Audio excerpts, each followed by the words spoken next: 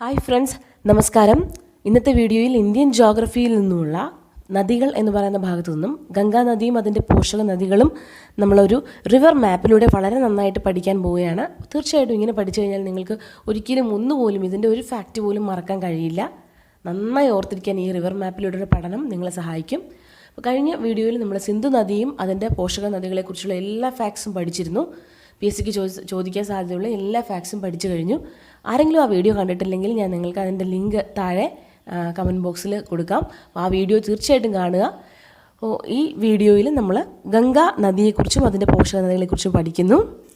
നമുക്കറിയാം, ഗംഗാ നദി എന്ന് പറഞ്ഞാൽ ഇന്ത്യയിലെ ലാർജസ്റ്റ് റിവർ ബേസിനാണെന്ന് നമുക്കറിയാം, അല്ലേ? ലാർജസ്റ്റ് റിവർ ബേസിനാണ് ഗംഗാ നദി എന്ന് പറയുന്നത്. മാത്രമല്ല, ഗംഗ നമ്മുടെ നാഷണൽ റിവറാണ്. ടോട്ടൽ ലെങ്ത് എന്ന് പറയുന്നത് ഒരു 2525 കിലോമീറ്ററോളമാണ് ഗംഗയുടെ നീളം എന്ന് പറയുന്നത്. അപ്പോൾ അതിൽ മേജർ ഭാഗവും ഇന്ത്യയിലൂടെ തന്നെയാണ് ഒഴുകുന്നത്. ബംഗ്ലാദേശിലൂടെ കുറച്ച് ഭാഗം മാത്രമേ ഒഴുകുന്നുള്ളൂ.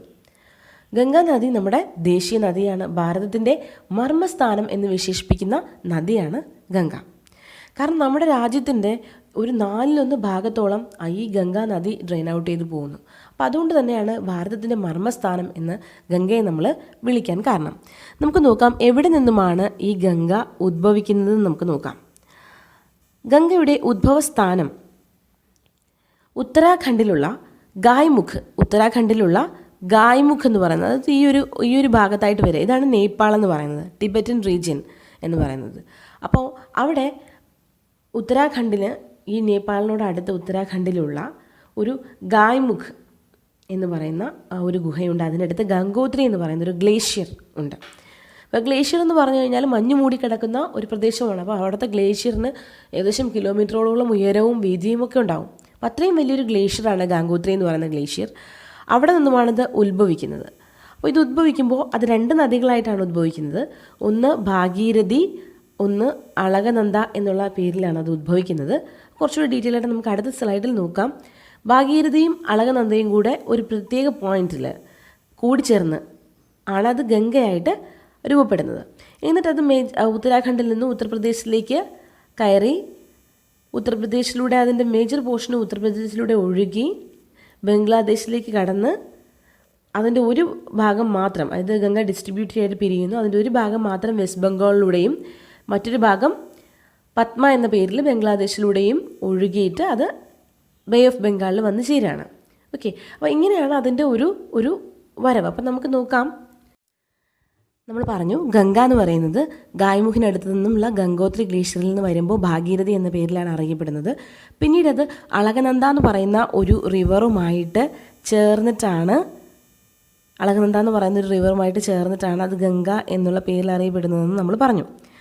അപ്പോൾ അത് എങ്ങനെയാണ് നമുക്കൊന്ന് നോക്കാം. അപ്പോൾ അത് ഗംഗ ഇവിടെ എത്തുന്നതിന് മുമ്പ് 5 പ്രയാഗങ്ങളിലൂടെ, 5 ഹോളി പ്ലേസിലൂടെ കടന്നിട്ടാണ് ഗംഗയായിട്ട് രൂപപ്പെടുന്നത്. അപ്പോൾ അതിൽ വിഷ്ണുപ്രയാഗ്, കർണപ്രയാഗ് എന്നൊക്കെ പറയുന്ന സ്ഥലങ്ങളെക്കുറിച്ച്, ദേവപ്രയാഗൊക്കെ കേരള PSC എക്സാമുകളിൽ മുമ്പ് ചോദിച്ചിട്ടുണ്ട്. അപ്പോൾ എന്താണെന്ന് നമുക്കൊന്ന് മനസ്സിലാക്കാം. ഭാഗീരഥി എന്ന് പറയുന്ന റിവർ എന്ന് പറയുന്നത് ഇതാണ്.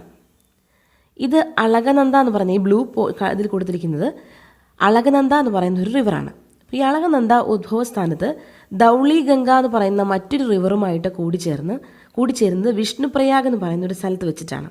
ഈ വിഷ്ണുപ്രയാഗ് എന്ന് പറയുന്ന സ്ഥലത്ത് വെച്ച് ധൗളി ഗംഗ എന്ന് പറയുന്ന നദിയുമായിട്ട് കൂടിച്ചേരുന്നു.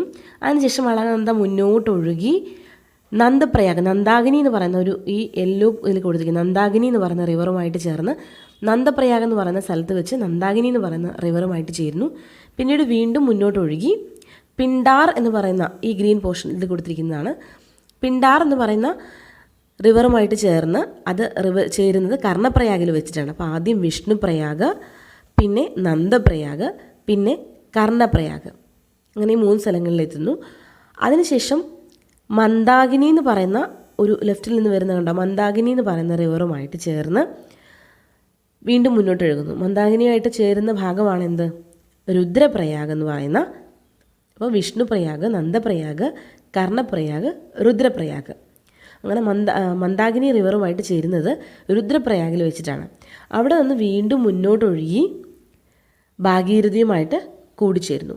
ഭാഗീരഥിയുമായിട്ട് കൂടിച്ചേരുമ്പോൾ ആ സ്ഥലത്തിൻ്റെ പറയുന്ന പേരാണ് ദേവപ്രയാഗ്. ഓക്കെ, അപ്പോൾ ഇങ്ങനെ 5 പ്രയാഗങ്ങളാണ്, അല്ലെങ്കിൽ ഗംഗ രൂപപ്പെടുന്നതിന് മുൻപ് 5 ഹോളി പ്ലേസിലൂടെയാണ് കടന്നു വരുന്നത്. വിഷ്ണു, നന്ദ, കർണ, രുദ്ര, ദേവ. അപ്പോൾ ഈ ഒരു ഓർഡറിൽ തന്നെ നിങ്ങൾ ഓർത്തിരിക്കുക. ഓക്കെ. അപ്പോൾ ഇങ്ങനെ വന്നിട്ടാണ് നമ്മൾ നേരത്തെ കണ്ട ഗംഗ എന്ന് പറയുന്ന ആ നദി ഫോം ചെയ്യുന്നത് എന്ന് നിങ്ങൾ ഓർക്കുക. അതായത് ഈ ഒരു പോർഷനിൽ ഗംഗ ഫോം ചെയ്യുന്നത് അങ്ങനെയാണ്. അതിനുശേഷമാണ് ഗംഗ മുന്നോട്ട് ഒഴുകുന്നത്. ഇനി നമുക്ക് ട്രിബ്യൂട്ടറീസ് വളരെ നന്നായിട്ട് നോക്കാം. ഈ ഒരു ചിത്രത്തിലൂടെ വളരെ നന്നായിട്ട് നമുക്ക് ഈ ലെഫ്റ്റ് ട്രിബ്യൂട്ടറീസിനെ കാണാനായിട്ട് നമുക്ക് കഴിയും. ഇതിൽ നമുക്ക് നോക്കാം. ഇതിൽ ഭാഗീരഥിയും അതുപോലെ തന്നെ അളകനന്ദയും ഋഷികേശിനെ അടുത്ത് വെച്ച് കൂടിച്ചേർന്ന ഗംഗയാവുന്നതും ഹരിദ്വാറിലൂടെയാണ്. അത് ഉത്തർപ്രദേശിലോട്ട് കടക്കുന്നത് കണ്ടോ. ഹരിദ്വാറിലൂടെ അത് ഗംഗയായിട്ട് ഉത്തർപ്രദേശിലോട്ട് കടക്കുന്നത് കണ്ടോ. അപ്പോൾ ഗംഗ ഉത്തർപ്രദേശിൽ എത്തുമ്പോഴേക്കും ലെഫ്റ്റിൽ നിന്നും രാംഗംഗ എന്ന് എഴുതിയിരിക്കുന്നു. രാംഗംഗ വന്നു ചേരുന്നു. അതിനുശേഷം അത് ഗംഗാ നദി മുന്നോട്ട് ഒഴുകുകയാണ്. അത് ഗംഗാ നദി മുന്നോട്ട് ഒഴുകുന്ന സമയത്ത് ഏതൊക്കെ നദികൾ വന്ന് ചേരുന്നുണ്ട് ലെഫ്റ്റിൽ നിന്നും? ഗോമതി നദി വന്നു ചേരുന്നുണ്ട്. അപ്പോൾ അല്ലാതെ വേറെ കുറേ നദികളൊക്കെ കൊടുത്തിട്ടുണ്ട്. പക്ഷേ അത് നിങ്ങൾ നോക്കണ്ട. നേരിട്ട് ഗംഗാ നദിയിലേക്ക് വന്നു ചേരുന്നത് ഏത് നദികളാണെന്ന് നോക്കിയാൽ മതി. ഉദാഹരണത്തിന് ഈ സാൽ നദി എന്ന് പറയുന്നത് ഗോമതിയുടെ ഒരു ട്രിബ്യൂട്ടറിയാണ്. പക്ഷെ നമ്മൾ അത് നോക്കണ്ട. ഗംഗയിലേക്ക് നേരിട്ട് വരുന്ന ഏതാണ്? ഒന്ന് രാംഗംഗ വരുന്നുണ്ട്, പിന്നെ ഒന്ന് ഗോമതി വരുന്നുണ്ട്, പിന്നെ അടുത്ത് വരുന്ന ഏതാണ്? ഘാഗ്ര നദി വന്നു ചേരുന്നുണ്ട് കണ്ടോ. ഘാഗ്ര നദി, അതായത് പുരാണങ്ങളിലൊക്കെ സരയു എന്ന് വിളിച്ചിരുന്ന നദിയാണ് ഈ ഘാഗ്ര നദി. അപ്പോൾ ഘാഗ്ര കാരണം അത് അയോധ്യയിലൂടെ ഒഴുകുന്ന ആ നദിയാണ്. അപ്പോൾ ഘാഗ്ര നദി വന്നു ചേരുന്നുണ്ട്. പിന്നെ ഗണ്ഡകി എന്ന് പറയുന്ന റിവർ കണ്ടോ. ഗണ്ഡകി എന്ന് പറയുന്ന റിവർ വന്ന് ചേരുന്നുണ്ട്. പിന്നെ ബീഹാറിൻ്റെ ദുഃഖം എന്നൊക്കെ അറിയപ്പെടുന്ന വളരെ ഇന്ത്യയിലെ ഏറ്റവും ഡേഞ്ചറസ് ആയിട്ടുള്ള നദിയായ കോസി നദി വന്ന് ചേരുന്നുണ്ട് കണ്ടോ. ഈ കോസി നദി ഏറ്റവും ഡേഞ്ചറസ് ആവാനായിട്ടുള്ള കാരണം എന്ന് പറഞ്ഞാൽ കണ്ടോ, കോസിയിലേക്ക് ഒരുപാട് നദികൾ വന്ന്, അതായത് ചെറിയ ചെറിയ ഒരുപാട് നദികൾ വന്നിട്ടാണ് ഈ കോസി നദി രൂപപ്പെടുന്നത്. അപ്പോൾ ഹിമാലയത്തിൻ്റെ അത്രയും ആ ഒരു ഹൈറ്റിൽ നിന്നും, ഇവിടെയൊക്കെ ഹിമാലയത്തിൻ്റെ റീജിയനാണ് നമുക്കറിയാം അല്ലേ. ട്രാൻസ് ഹിമാലയൻ റീജിയനാണ് ഇവിടെ. അത് ഇത്രയും ഭാഗം മലനിരകളാണ്. അപ്പോൾ അതിൻ്റെ വളരെ സ്റ്റീപ്പായിട്ടുള്ള ഹൈറ്റ് നിന്നും നദികൾ ഇങ്ങോട്ട് ഒലിച്ചു വരുമ്പോൾ, അല്ലെങ്കിൽ വെള്ളം ഒലിച്ചു വരുമ്പോൾ അത്രയും ഭാഗത്തെ മണ്ണും അതുപോലെ തന്നെ എക്കലും അവിടെ അടിഞ്ഞു കൂടുന്നുണ്ട്. അപ്പോൾ ഈ വളരെ ഫോഴ്സിലായിരിക്കും ഈ നദികളൊക്കെ അവിടെ നിന്ന് വരുന്നത്. അപ്പോൾ അതുകൊണ്ട് തന്നെ ഈ കോസി നദിക്കെന്ന് പറഞ്ഞാൽ ഒത്തിരി ട്രിബ്യൂട്ടറീസ് ഉണ്ട്. അപ്പോൾ അതുകൊണ്ട് ആ ഒരു ഭാഗമെന്ന് പറയുന്നത് വളരെയധികം നാശനഷ്ടങ്ങൾക്ക് കാരണമാവുന്ന ഒരു സ്ഥലമാണ്. അതുകൊണ്ടാണ് ഇന്ത്യയിലെ ഏറ്റവും അപകടകാരിയായ നദിയായിട്ട് ഈ കോസി നദിയെ പറയുന്നത്. അങ്ങനെ കോസി നദി ഇവിടെ വന്ന് ചേരുന്നുണ്ട്. അപ്പോൾ ഇത്രയുമാണ് ലെഫ്റ്റ് ട്രിബ്യൂട്ടറീസ്. രാംഗംഗ, അതുപോലെ ഗോമതി, മനസ്സിലായെന്ന് വിചാരിക്കുന്നു. രാംഗംഗ, ഗോമതി, ഘാഗ്ര, ഗാണ്ഡകി, അതുപോലെ കോസി നദി. അപ്പോൾ ഇത്രയാണ് ഇതിൻ്റെ ഒരു ലെഫ്റ്റിൽ നിന്ന് വരുന്ന, അതായത് ഗംഗാ നദിയുടെ ലെഫ്റ്റിൽ നിന്ന് വരുന്ന ട്രിബ്യൂട്ടറീസ് ഇതൊക്കെയാണ്. രാംഗംഗ, ഗോമതി, ഘാഗ്ര, ഗാണ്ഡകി, കോസി. ഓക്കെ. അപ്പോൾ അടുത്തതെന്ന് പറഞ്ഞു കഴിഞ്ഞാൽ ഇനി റൈറ്റ് ട്രിബ്യൂട്ടറീസ്. വലതുവശത്തു നിന്നും ഏതൊക്കെ നദികളാണ് വരുന്നതെന്ന് നമുക്ക് നോക്കാം. വലതുവശത്തെന്ന് പറഞ്ഞാൽ മെയിനായിട്ട് വരുന്നത് യമുന നദിയാണ്.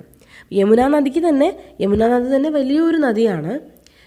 ഗംഗയുടെ ഏറ്റവും വലിയ ട്രിബ്യൂട്ടറിയാണ് യമുന നദി. യമുന നദിയിലേക്ക് ഒരുപാട് നദികൾ വന്നു ചേരുന്നുണ്ട്. ചെറിയ നദികൾ, ചമ്പൽ, ബേറ്റ്വ, കെൻ, ടോൺസ് എന്നൊക്കെ പറയുന്ന നദികൾ യമുനയിലേക്ക് വന്നു ചേരുന്നു. അതിനുശേഷമാണ് യമുന ത്രിവേണി സംഗമത്തിൽ വെച്ചിട്ട് ഗംഗയുമായിട്ട് ചേരുന്നത്. പിന്നെ ലെഫ്റ്റിലുള്ള മെയിൻ ഗംഗയുടെ റൈറ്റിലുള്ള മെയിൻ ട്രിബ്യൂട്ടറി എന്ന് പറയുന്നത് സോൺ നദി എന്ന് പറയുന്ന ഒരു നദിയുണ്ട്. സോൺ നദി എന്ന് പറഞ്ഞാൽ സദേൺ മോസ്റ്റ് ആയിട്ടുള്ള ഏറ്റവും തെക്ക് ഭാഗത്തുള്ള ഏറ്റവും വലിയ പോഷക നദിയാണ് ഗംഗയുടെ. പിന്നെ ഇവിടെ ഈ ഒരു മേജർ ഈ പെനിൻസുലാർ പ്ലാറ്റ്യൂവിൽ നിന്നും, അല്ലെങ്കിൽ ഈ ഉപദ്വീപീയ ഭൂമിയുടെ ഭാഗത്തു നിന്നും ഗംഗയിലേക്ക് ഒഴുകുന്ന ഏറ്റവും വലിയ ട്രിബ്യൂട്ടറി എന്ന് പറയുന്നത് സോൺ നദിയാണ്. അതായത് ആ അമർകാണ്ടക് എന്ന് പറയുന്ന ആ മധ്യപ്രദേശിൻ്റെ ഭാഗത്തു നിന്നാണ് ഈ സോൺ നദി ഒഴുകുന്നത്. ഓക്കെ. അപ്പോൾ ഇതിനെ കൂടെ നമുക്കൊന്ന് നോക്കാം. അതിനെ കൂടെ നമുക്കൊന്ന് ലൊക്കേറ്റ് ചെയ്ത് നമുക്ക് നോക്കാം. ഓക്കെ, നമുക്ക് നോക്കാം. ഇതാണ് യമുന വരുന്നത് കണ്ടോ. ഇതാണ് യമുന നദി വരുന്നു. അത് അലഹബാദിനടുത്തുള്ള, നിങ്ങൾക്കറിയാം പ്രയാഗ്രാജ് ഈ അലഹബാദിനടുത്ത് വെച്ചിട്ടാണ് ഈ ത്രിവേണി സംഗമം എന്ന് പറയുന്ന ഒരു കാര്യം നടക്കുന്നത് നമുക്കറിയാം അല്ലേ. അലഹബാദിനടുത്തുള്ള, അപ്പോൾ അതിൻ്റെ പേര് ഇപ്പോൾ പ്രയാഗ്രാജ് എന്നാണ്. അതൊക്കെ നമുക്കിനി ക്വസ്റ്റ്യനുകളിലൂടെ ഒന്ന് പഠിക്കാം. പ്രയാഗ്രാജിൽ വെച്ചിട്ടാണ് ഈ യമുനയും അതുപോലെ തന്നെ ഗംഗയും പിന്നെ ഒരു മിത്തിക്കലായിട്ടുള്ള റിവറായിട്ടുള്ള നമ്മൾ റിവർ ഉണ്ടെന്ന് വിചാരിക്കുന്ന ഒരു റിവറാണ് സരസ്വതി. ഈ 3 നദികളും കൂടെ ചേരുന്ന ഒരു ഭാഗമാണ് ഈ ഒരു ഭാഗം. ഇതാണ് ത്രിവേണി സംഗമം നടക്കുന്ന ഭാഗം, പ്രയാഗ്രാജ് എന്ന് പറയുന്ന ആ ഭാഗം. ഓക്കെ, അപ്പോൾ ഈ പ്രയാഗ്രാജിൽ വെച്ച് ചേരുന്ന ഈ സരസ്വതി നദി ശരിക്കുമുള്ള ഒരു റിവറാണെന്നും അതിൻ്റെ പേര് ഗാഗർ ഹാക്ര എന്ന് പറയുന്ന ഒരു നദി, ഗാഗർ ഹാക്ര നദിയാണ് ഈ സരസ്വതി നദി എന്നും ഒക്കെ അവകാശപ്പെടുന്നുണ്ട്. അപ്പോൾ അവർ KS വാൽഡിയ എന്ന് പറയുന്നൊരു കമ്മിറ്റി അതിനെക്കുറിച്ച് റിപ്പോർട്ടൊക്കെ സമർപ്പിച്ചിട്ടുണ്ടായിരുന്നു. കാരണം ഇത് ഈ ഒരു ഘാഗർ ഹാക്ര നദി എന്ന് പറയുന്നത് മഴക്കാലത്ത് മാത്രം, മൺസൂൺ കാലത്ത് മാത്രം പ്രത്യക്ഷപ്പെടുന്നു, അതിനുശേഷം അത് വറ്റിപ്പോകുന്നു. അപ്പോൾ ആളുകൾ പറയുന്നത് ഇതാണ് ഒരു പക്ഷേ സരസ്വതി നദി ഇതായിരിക്കാം എന്നാണ് പറയുന്നത്. അപ്പോൾ ഉണ്ടെന്നും ഇല്ലെന്നും ഒക്കെ വിശ്വസിക്കപ്പെടുന്ന ഒരു നദിയാണ് സരസ്വതി. ഏതായാലും ത്രിവേണി സംഗമം ഈ അലഹബാദ് റീജിയനിൽ തന്നെയാണ്. അപ്പോൾ ഓർക്കുക, അപ്പോൾ യമുന നദി ഇങ്ങനെ വരുന്നു, പിന്നെ കണ്ടോ കെൻ നദി ഇതിലേക്ക് വരുന്നുണ്ട്, കെൻ നദി നേരിട്ട് വരുന്നുണ്ട്. കെൻ നദി നേരിട്ട് വരുന്ന കെൻ നദി യമുനയിലേക്ക് വന്നിട്ട് നമുക്ക് കെൻ ഇവിടെ, അതുപോലെ തന്നെ ടോൺസ് കണ്ടോ, ടോൺസ് നദി കണ്ടോ, ടോൺസ് നദി വരുന്നുണ്ട്. പിന്നെ സോൺ നദി വരുന്നുണ്ട്. കണ്ടോ, സോൺ നദിയിലേക്ക് ഒരുപാട് നദികൾ, റിഹാന്ത്, കോശി എന്നൊക്കെ പറയുന്ന നദികൾ ചേർന്നിട്ടാണ് സോൺസ് വന്ന് ഗംഗയിൽ വന്ന് ചേരുന്നത്. പിന്നെ അതുകൂടാതെ ദാമോദർ കണ്ടോ, ദാമോദർ എന്ന് പറയുന്ന നദിയുണ്ട്. ദാമോദർ ഒഴുകി അത് വെസ്റ്റ് ബംഗാളിലാണ് മെയിനായിട്ടും ദാമോദർ വരുന്നത്. അതുകൊണ്ട് തന്നെ വെസ്റ്റ് ബംഗാളിൻ്റെ ആ ഒരു ഹൂഗ്ലി റിവറുമായിട്ട് വന്ന് ചേരുന്നു. വെസ്റ്റ് ബംഗാളിൻ്റെ ദുഃഖം, പശ്ചിമ ബംഗാളിൻ്റെ ദുഃഖം എന്നൊക്കെ വിളിക്കപ്പെടുന്ന നദിയാണ് ദാമോദർ നദി. ഓക്കെ, അപ്പോൾ പ്രധാനമായിട്ടും നമ്മൾ അറിഞ്ഞിരിക്കേണ്ടതെന്ന് പറഞ്ഞു കഴിഞ്ഞാൽ ഏതൊക്കെ നദികളാണ്? ദാമോദർ നദി, അതുപോലെ തന്നെ യമുന, സോൺ, ദാമോദർ, ഈ 3 നദികളുമാണ് എവിടെ നിന്ന് വരുന്ന നദികൾ? റൈറ്റ് ട്രിബ്യൂട്ടറീസ് ആയിട്ട് വരുന്ന നദികൾ. അപ്പോൾ ഈ ഒരു ചിത്രം നിങ്ങൾക്ക് ഒന്നുകൂടി എടുത്ത് നോക്കണം എന്നുണ്ടെങ്കിൽ നോക്കാം. യമുന, സോൺ, ദാമോദർ. നമുക്ക് ചോദ്യങ്ങളിലൂടെ ഒന്ന് പോവാം. ഗംഗയെ ദേശീയ നദിയായിട്ട് പ്രഖ്യാപിച്ച വർഷം ഏതാണ്? 2008 നവംബർ 4. ഗംഗയുടെ ഉദ്ഭവസ്ഥാനം എന്ന് പറയുന്നത് ഗായ്മുഖിന് അടുത്തുള്ള ഗംഗോത്രിയാണ്. ഗായ്മുഖിന് അടുത്തുള്ള ഗംഗോത്രി. ഗംഗ അതിൻ്റെ ഉദ്ഭവസ്ഥാനത്ത് എന്ത് പേരിലാണ് അറിയപ്പെടുന്നത്? ഭാഗീരഥി. അപ്പോൾ ഞാൻ ആ പറഞ്ഞതുമായിട്ട് വെച്ച് നിങ്ങൾക്ക് ഇതിൻ്റെ ഉത്തരങ്ങൾ കിട്ടുന്നുണ്ടോ എന്ന് കൂടി നോക്കുക. ഭാഗീരഥിയും അളകനന്ദയും കൂടിച്ചേരുന്ന സ്ഥലം ഏത്? ദേവപ്രയാഗ് അല്ലേ? ദേവപ്രയാഗിൽ വെച്ചിട്ടാണ് ഭാഗീരഥിയും അളകനന്ദയും കൂടിച്ചേർന്ന് ഗംഗയായി മാറുന്നത്. ഏറ്റവും കൂടുതൽ ദൂരം ഗംഗ ഒഴുകുന്നത് ഏത് സംസ്ഥാനത്തിലൂടെയാണ്? ഉത്തർപ്രദേശ്. ഗംഗയുടെ ഏറ്റവും വലിയ പോഷക നദി ഏതാണ്? യമുന. കാളന്തി എന്നറിയപ്പെടുന്നത് ഏത് നദിയാണ്? യമുന നദി. ത്രിവേണി സംഗമം എവിടെയാണ്? പ്രയാഗ്രാജിൽ. അത് അലഹബാദിൻ്റെ പേര് പ്രയാഗ്രാജ് എന്നാക്കിയിരുന്നു, നമുക്കതറിയാം. അപ്പോൾ ത്രിവേണി സംഗമം നടക്കുന്നത് ഇവിടെയാണ്. സരസ്വതി നദി ആണെന്ന് കരുതുന്ന മൺസൂൺ കാലത്ത് പ്രത്യക്ഷപ്പെടുന്ന നദി ഏതാണ്? ഘാഗർ ഹാക്ര നദിയാണ്. ഘാഗർ ഹാക്ര നദിയെയാണ് സരസ്വതി നദി എന്ന് ആളുകൾ വിചാരിക്കുന്നത്. നമാമി ഗംഗ പദ്ധതി പ്രകാരം ഉത്തർപ്രദേശിലെ 5 ഗ്രാമങ്ങളെ ദത്തെടുത്ത് ഇന്ത്യയിലെ IIT ഏതാണ്? IIT കാൺപൂർ. കാരണം കാൺപൂരിനടുത്ത് കൂടിയൊക്കെ ഗംഗാ നദി ഒഴുകുന്നുണ്ട്. അപ്പോൾ IIT കാൺപൂരാണ് നമാമി ഗംഗ പദ്ധതി പ്രകാരം ഉത്തർപ്രദേശിലെ 5 ഗ്രാമങ്ങളെ ദത്തെടുത്തത്. ഇന്ത്യയിലെ ഏറ്റവും അപകടകാരിയായ നദി ഏതാണ്? കോസി നദിയാണ് ഇന്ത്യയിലെ ഏറ്റവും അപകടകാരിയായ നദി. അതിന് കാരണം ഞാൻ പറഞ്ഞു കഴിഞ്ഞു. കാരണം ഏറ്റവും ഉയരത്തിൽ നിന്ന് വരുന്ന ആ നേപ്പാളിൻ്റെ അല്ലെങ്കിൽ ടിബറ്റിൻ്റെ ഭാഗത്തുനിന്ന് വരുന്ന ഏറ്റവും ഉയരത്തിൽ നിന്നൊക്കെ വരുന്ന ആ നദികളെല്ലാം, ഒത്തിരി നദികൾ കൂടിച്ചേർന്നിട്ടാണ് കോസി നദി ഉണ്ടാവുന്നത്. അപ്പോൾ അത്രയും ഭാഗത്ത് നാശനഷ്ടങ്ങളും മറ്റും ഒക്കെ ഉണ്ടാകാനുള്ള സാധ്യതയുണ്ട്. ബീഹാറിലെ ദുഃഖം എന്നറിയപ്പെടുന്നത് കോസി നദിയാണ്.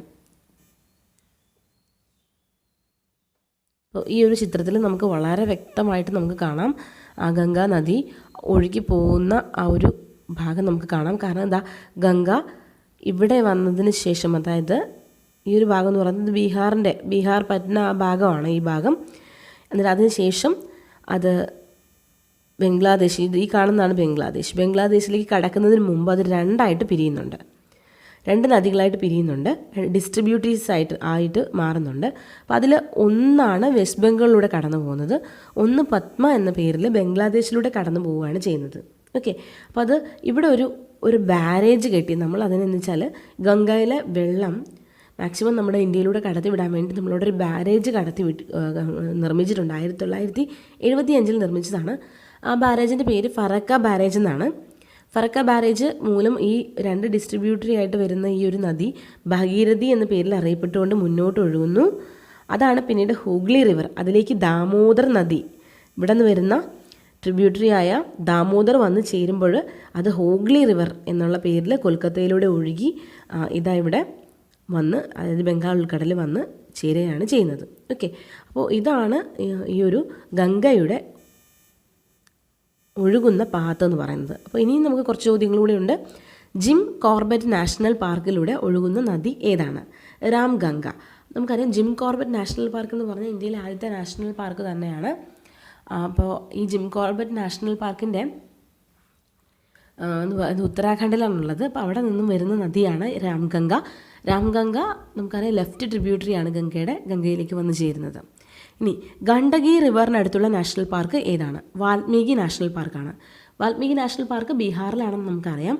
അപ്പോൾ ഗണ്ഡകി റിവർ അടുത്തുള്ളത് വാൽമീകി നാഷണൽ പാർക്കാണ്. ഇതൊക്കെ പ്രത്യേകം ശ്രദ്ധിക്കണം. ഹൂഗ്ലി നദിയുടെ പിറവിക്ക് കാരണമായ തടയണ ഏത്? ഫറക്ക ബാരേജ്. നമ്മൾ ഓൾറെഡി പറഞ്ഞു, 1975 നിർമ്മിക്കപ്പെട്ട ഫറക്ക ബാരേജ് കൊണ്ടാണ് ഹൂഗ്ലി പത്മ എന്ന് പറയുന്ന 2 നദികളായിട്ട് മാറി ഗംഗ ഒഴുകിയത്. അപ്പോൾ മാക്സിമം വെള്ളത്തെ നമുക്ക് വഴി തിരിച്ചുവിടാൻ വേണ്ടിയിട്ടാണ് അങ്ങനെ ഫറക്ക ബാരേജ് നമ്മളവിടെ ക്രിയേറ്റ് ചെയ്തത്.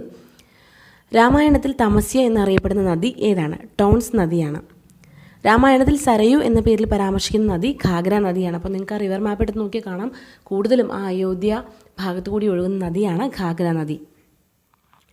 ബംഗ്ലാദേശിൽ ഗംഗ ഏതു പേരിൽ അറിയപ്പെടുന്നു? പത്മ എന്നും കീർത്തിനാശിനി എന്നും അറിയപ്പെടുന്നുണ്ട്. പത്മ എന്നും കീർത്തിനാശിനി എന്നറിയപ്പെടുന്ന നദിയാണ് ഏത്? ഗംഗ. അത് ബംഗ്ലാദേശിൽ വെച്ചിട്ട് ആണ് അതിൻ്റെ പേര് മാറുന്നത്. ഗംഗയുടെ തീരത്ത് 12 വർഷത്തിലൊരിക്കൽ നടക്കുന്ന മേള കുംഭമേള. നമ്മൾ പറഞ്ഞു കുംഭമേള നടക്കുന്ന റീജിയനെ കുറിച്ചൊക്കെ നമ്മൾ പറഞ്ഞല്ലേ. എവിടെയാണ്? പ്രയാഗ്രാജിലാണ്. അലഹബാദിനടുത്തുള്ള പ്രയാഗ്രാജിൽ വെച്ചിട്ട് കുംഭമേള നടക്കുന്നു എന്ന് പറഞ്ഞു. ഗംഗയും ഭാഗീരഥി ഹൂഗ്ലി നദികൾ ഉൾപ്പെടുന്ന ദേശീയ ജലപാത ഏതാണ്? ദേശീയ ജലപാത 1 ദേശീയ ജലപാത 1 ഗംഗയും ഭാഗീരഥി ഹൂഗ്ലി നദികൾ ഇത്രയും ഉൾപ്പെടുന്ന ദേശീയ ജലപാതയാണ് ദേശീയ ജലപാത 1 കണക്കാക്കുന്നത്. ലോകത്തിലെ ഏറ്റവും വലിയ ഡെൽറ്റ നമുക്കറിയാം, അത് സുന്ദർബൻസ് ഡെൽറ്റയാണ്. ഗംഗ ബ്രഹ്മപുത്ര ചേർന്ന് ഉണ്ടാക്കുന്ന ആ ഡെൽറ്റ പ്രദേശമാണ് ഗംഗ ബ്രഹ്മപുത്ര ഡെൽറ്റയാണ് ലോകത്തിലെ ഏറ്റവും വലിയ ഡെൽറ്റ.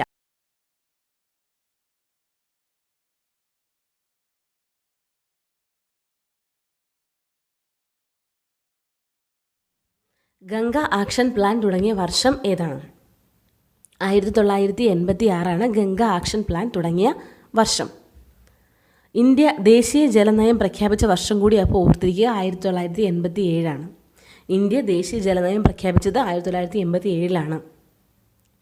ഇന്ത്യയും ബംഗ്ലാദേശും ഗംഗാ നദീജല കരാർ ഒപ്പിട്ട വർഷം 1996. അപ്പോൾ ഈ 3 വർഷങ്ങളും വളരെ നന്നായിട്ട് തന്നെ ഓർത്തിരിക്കുക. ഇപ്പോൾ നിലവിലുള്ള പ്ലാൻ നമാമി ഗംഗയാണ്. ഗംഗ ആക്ഷൻ പ്ലാൻ എന്ന പേരിൽ ഗംഗ ആക്ഷൻ പ്ലാൻ തുടങ്ങിയത് 1986. ഇന്ത്യ ദേശീയ ജലനയം പ്രഖ്യാപിച്ചത് അതിൻ്റെ അടുത്ത വർഷം 87. ഇന്ത്യയും ബംഗ്ലാദേശും ഗംഗാ നദി ജല കരാറിൽ ഒപ്പിട്ടത് 1996. ഇനി വളരെ അറിഞ്ഞിരിക്കേണ്ട ഒരു കാര്യമാണ്, ബംഗാളിൻ്റെ ദുഃഖം എന്നറിയപ്പെടുന്നത് ഗംഗയുടെ ഒരു ട്രിബ്യൂട്ടറിയായ ദാമോദറാണ്. ഒഡീഷയുടെ ദുഃഖം എന്നറിയപ്പെടുന്നത് മഹാനദിയാണ്. പിന്നെ അതുപോലെ തന്നെ ആസാമിൻ്റെ ദുഃഖം എന്നറിയപ്പെടുന്നത് ബ്രഹ്മപുത്രയാണ്. കാരണം ആസാമിലൂടെ ഒഴുകുന്ന ഏറ്റവും മേജർ റിവർ എന്ന് പറയുന്നത് ബ്രഹ്മപുത്രയാണ്. ഗംഗയുമായിട്ടുള്ള ബന്ധപ്പെട്ട മറ്റൊരു ചോദ്യമാണ് വൃദ്ധഗംഗ. വൃദ്ധഗംഗ എന്നറിയപ്പെടുന്നത് ഗോദാവരിയാണ്. എന്തുകൊണ്ടാണ് വൃദ്ധഗംഗ എന്നറിയപ്പെടുന്നതെന്ന് വെച്ചാൽ, ഗോദാവരിയാണ് ശരിക്കും നമ്മുടെ പെനിൻസുലർ റീജിയനിലുള്ളതിൽ അല്ലെങ്കിൽ ഏറ്റവും പഴയ നദി എന്ന് പറയുന്നത്. നമ്മുടെ ഇന്ത്യൻ ഉപഭൂഖണ്ഡത്തിൽ തന്നെ ഏറ്റവും പഴയ നദി, ഏറ്റവും ആദ്യം ഉണ്ടായ നദി എന്ന് പറയുന്നത് ഗോദാവരിയാണ്. കാരണം നമുക്കറിയാം ഹിമാലയത്തിൻ്റെ റീജിയൻ എന്നൊക്കെ പറഞ്ഞാൽ വളരെ അടുത്തുണ്ടായതാണെന്ന് നമ്മൾ വിശ്വസിക്കുന്നു. ഏഷ്യൻ പ്ലേറ്റും അതായത് നമ്മുടെ ഈ ഇന്ത്യൻ ഭൂഖണ്ഡം എന്ന് പറയുന്നത് തമ്മിൽ, അതായത് പ്ലേറ്റ്സുകൾ തമ്മിൽ കൂട്ടിമുട്ടി ഉണ്ടായ സമയത്ത് ഹിമാലയം ഏറ്റവും പുതുതായിട്ട് രൂപപ്പെട്ടൊരു മടക്കപർവ്വതമാണ്. അപ്പോൾ അവിടെ നിന്ന് ഉദ്ഭവിക്കുന്ന നദികളെല്ലാം തന്നെ പുതുതായിട്ട് രൂപപ്പെട്ട നദികളായിരിക്കും. അപ്പോൾ ഏറ്റവും പഴയ നദി എന്ന് പറയുന്നത് ഗോദാവരിയാണ്. അപ്പോൾ വൃദ്ധഗംഗ എന്ന് അതിനെ വിളിക്കുന്നത് അതുകൊണ്ട് തന്നെയാണ്. പിന്നെ അർദ്ധഗംഗ. ഈ അർദ്ധഗംഗ എന്ന് പറഞ്ഞു കഴിഞ്ഞാൽ അർദ്ധഗംഗയല്ല, അർദ്ധഗംഗയാണ്. അർദ്ധഗംഗ എന്ന് പറഞ്ഞു കഴിഞ്ഞാൽ കൃഷ്ണ നദിയാണ്. കൃഷ്ണനദിയാണ് അർദ്ധഗംഗ എന്ന് വിളിക്കുന്നത്. ദക്ഷിണഗംഗ എന്നറിയപ്പെടുന്നത് കാവേരിയാണ്. അപ്പോൾ ഈ പേരിനൊക്കെ ഇങ്ങനെ കൊടുക്കാനായിട്ട് കാരണം ഏകദേശം ഗംഗ ഒഴുകുന്നത് പോലെ തന്നെ ഗംഗ ഒഴുകുന്ന അതേ ഒരു രീതിയിൽ പാത്തിൽ ഒഴുകുന്ന ഒരു നദിയാണ് കൃഷ്ണ നദി. അപ്പോൾ അതുകൊണ്ട് തന്നെയാണ് കൃഷ്ണ നദിക്ക് അർദ്ധഗംഗ എന്ന് പേര് വരുന്നത്. അതുപോലെ ഏറ്റവും തെക്ക് ഭാഗത്തായിട്ട് വരുന്ന നദി കാവേരിയാണ്. അതും ഗംഗയുടെ ഏകദേശ കോഴ്സ് പോലെ തന്നെയാണ് പോകുന്നത്. അപ്പോൾ ദക്ഷിണ ഗംഗ എന്ന് വിളിക്കുന്നത് കാവേരിയാണ്. ഇതെല്ലാം ബേ ഓഫ് ബംഗാളിൽ വന്നു ചേരുന്ന നദികളുമാണ്. അപ്പോൾ അതുകൊണ്ടാണ് ഇതിനൊക്കെ അങ്ങനെ പേര് വരാൻ കാരണം. ഏതായാലും വൃദ്ധഗംഗ എന്ന് പറയുന്നത് ഗോദാവരി, അർദ്ധഗംഗ എന്ന് പറയുന്നത് കൃഷ്ണ, ദക്ഷിണഗംഗ കാവേരി. അപ്പോൾ ഇത്രയും കൂടി ചോദ്യങ്ങളാണ് നമുക്ക് പഠിക്കാനുള്ളത് ഗംഗയുമായിട്ട് ബന്ധപ്പെട്ട്.